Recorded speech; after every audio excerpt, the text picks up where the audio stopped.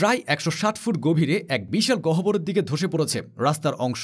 বিদ্যুতের লাইন ভেঙে চারিদিকে ছড়িয়ে পড়েছে আগুনের ঝলকানি। ২০২৫ সালের ২৪ সেপ্টেম্বর সকালে ব্যাংককের দুসিক জেলার সামসেন রোডের ব্যস্ত এলাকায় হাজিরা হসপিটাল এবং নিকটবর্তী পুলিশ স্টেশনের সামনে ঘটে এ ভয়াবহ ঘটনা। মুহূর্তের মধ্যে তৈরি হওয়া প্রায় ৯০ ফুট চওড়া বিশাল গহ্বর দেখে চারপাশের মানুষ ভয় পেয়ে যায়। হাসপাতালের ভেতরে থাকা রোগী আর সেবাকর্মীরা আতঙ্কে পালিয়ে যেতে শুরু করে। আশেপাশের পার্ক করা কয়েকটি গাড়ি একেবারে গহ্বরে তলিয়ে যায়। চারদিকে চিৎকার আর হইচই মিলে সে এক ভয়ঙ্কর দৃশ্য। এই হাসপাতালটি থাইল্যান্ডের রাজধানীর একটি বড় সরকারি চিকিৎসা কেন্দ্র।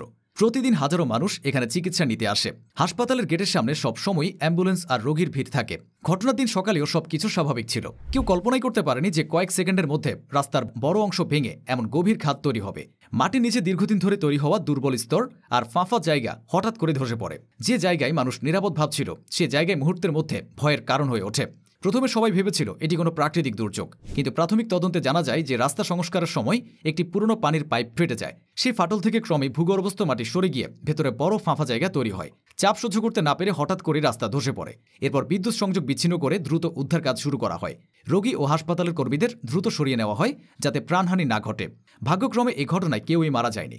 ব্যাংককের ভাজিরা হসপিটালের সামনের এই ঘটনা নতুন কিছু নয়। বিশ্বের বিভিন্ন জায়গায় এরকম ভয়াবহ শৃঙ্খল দেখা গেছে। ২০১০ সালে গুয়াতেমালার রাজধানীতে প্রায় ৩০০ ফুট গভীর এক গহ্বর তৈরি হয়েছিল। সেখানে ভূগর্ভস্থ পানির লাইন ফেটে যাওয়া আর নিকাশির দুর্বলতার কারণে মাটি দুর্বল হয়ে পড়ে। মুহূর্তের মধ্যে একটি ৩ তলা ভবন সেই গহ্বরে তলিয়ে যায়। এই ঘটনা সারা বিশ্বকে চমকে দিয়েছিল, যা আজও নগর অবকাঠামোর নিরাপত্তা নিয়ে প্রশ্ন তোলে।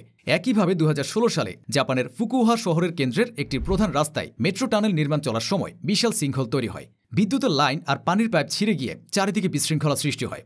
তবে জাপানের দ্রুত উদ্ধার অভিযান এবং প্রযুক্তিগত দক্ষতার কারণে প্রাণহানি এড়ানো সম্ভব হয়েছিল এবং কয়েক সপ্তাহের মধ্যে রাস্তা মেরামত করা হয়েছিল। এই উদাহরণগুলো প্রমাণ করে যে উন্নত দেশ হোক বা উন্নয়নশীল দেশ, মাটির নিচে কি ঘটছে তা নিয়মিত না দেখলে এ ধরনের বিপর্যয় যে কোনো সময় ঘটতে পারে। ব্যাংককের ঘটনাটি আমাদের সতর্ক করে দেয় যে নগরায়ন আর নির্মাণ কাজের আগে ভূগর্ভস্থ অবস্থা ভালোভাবে পরীক্ষা করা অত্যন্ত জরুরি।